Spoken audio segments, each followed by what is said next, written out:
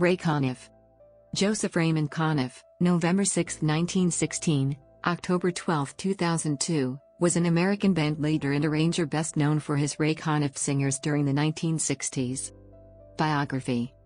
Conniff was born in Attleboro, Massachusetts, United States, and learned to play the trombone from his father. He studied music arranging from a course book. Early career. After serving in the U.S. Army in World War II, where he worked under Walter Schumann, he joined the Artie Shaw Big Band and wrote many arrangements for him. After his stint with Shaw, he was then hired by Mitch Miller in 1954, then head of A&R at Columbia Records, as their home arranger, working with several artists including Rosemary Clooney, Marty Robbins, Frankie Laine, Johnny Mathis, Guy Mitchell, and Johnny Ray. He wrote a top 10 arrangement for Don Cherry's Band of Gold in 1955, a single that sold more than 1 million copies. Among the hit singles he backed with his orchestra, and eventually with a male chorus, were Yes Tonight Josephine and Just Walkin' in the Rain by Johnny Ray, Chances Are and It's Not For Me to Say by Johnny Mathis, A White Sport Coat and the Hanging Tree by Marty Robbins, Moonlight Gambler by Frankie Laine, Up Above My Head, a duet by Frankie Laine and Johnny Ray, and Pet Me, Papa by Rosemary Clooney. He also backed up the albums Tony by Tony Bennett, Blue Swing by Eileen Rogers, Swingin' for Two by Don Cherry, and half the tracks of The Big Beat by Johnny Ray.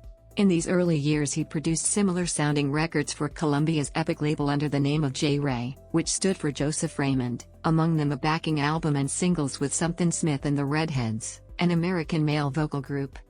Between 1957–68, Conniff had 28 albums in the American Top 40, the most famous one being Somewhere My Love, 1966.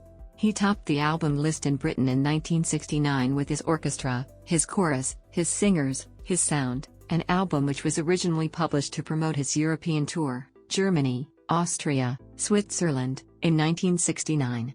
He also was the first American popular artist to record in Russia. In 1974 he recorded Ray Conniff in Moscow with the help of a local choir. His later albums like Exclusivamente Latino, Amor Amor, and Latinissimo made him very popular in Latin American countries, even more so after performing in the Viña del Mar International Song Festival. In Brazil and Chile in the 1980s and 1990s, he was treated like a young pop superstar despite being in his 70s and 80s. He played live with his orchestra and 8-person chorus in large football stadiums as well as in Viña del Mar. Conniff commented, "One time I was recording an album with Mitch Miller, we had a big band and a small choir. I decided to have the choir sing along with the big band using wordless lyrics. The women were doubled with the trumpets and the men were doubled with the trombones. In the booth Mitch was totally surprised and excited at how well it worked. Because of the success of his backing arrangements, and the new sound Conniff created, Miller allowed him to make his own record, and this became the Successful's Wonderful, a collection of standards that were recorded with an orchestra and a wordless singing chorus, 4 men, 4 women. He released many more albums in the same vein, including 's Marvelous, 1957, Gold Album, 's Awful Nice, 1958, Concert in Rhythm, 1958, Gold Album, Broadway in Rhythm, 1958, Hollywood in Rhythm, 1959, Concert in Rhythm, Volume 2, 1960, Say It With Music, 1960, Memories Are Made of This, 1960, Gold Album, Ants Continental, 1962. His second album was Dance the Bop, 1957. It was an experiment by one of the senior managers at Columbia to cash in on a new dance step, but from the outset, Conniff disliked it. When it sold poorly, he had it withdrawn. The Ray Conniff Singers. In 1959, Conniff started the Ray Conniff Singers, 12 women and 13 men, comprising mainly the Ron Hicklin Singers, and released the album It's the Talk of the Town. This group brought him his biggest hit, Somewhere My Love, 1966. The album's title track's lyrics were sung to the music of Laura's theme from the film Dr. Zhivago, and it became a U.S. Top 10 single. The album reached the U.S. Top 20 and went platinum, and Conniff won a Grammy.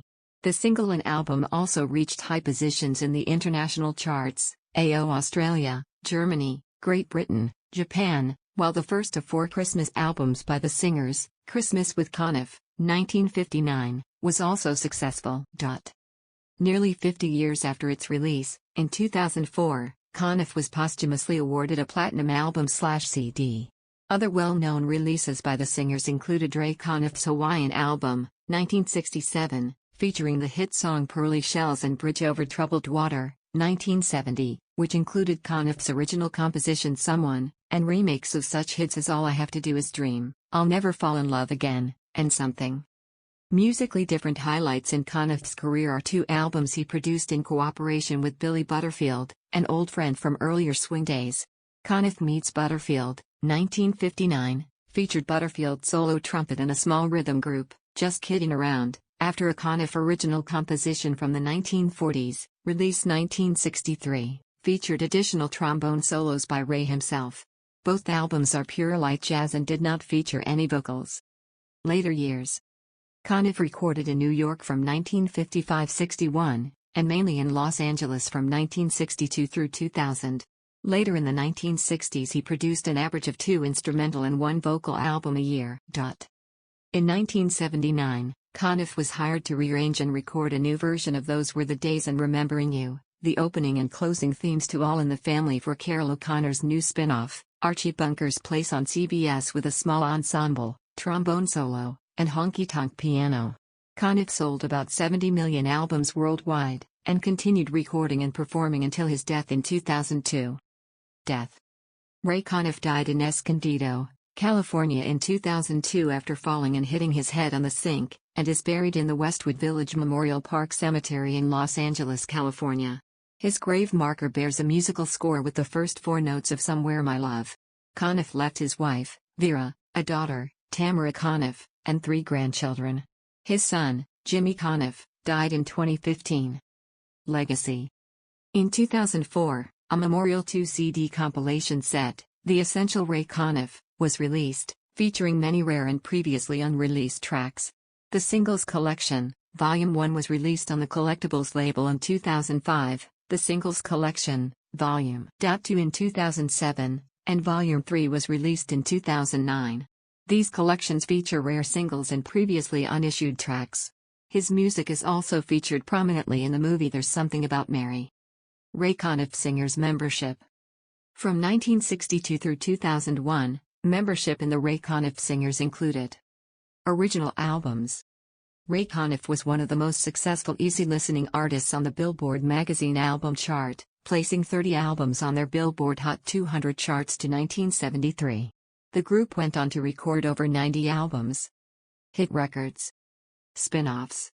A special version of the song Happiness was recorded for use in a TV commercial for Ken cigarettes, prior to the ban on TV advertising of tobacco products.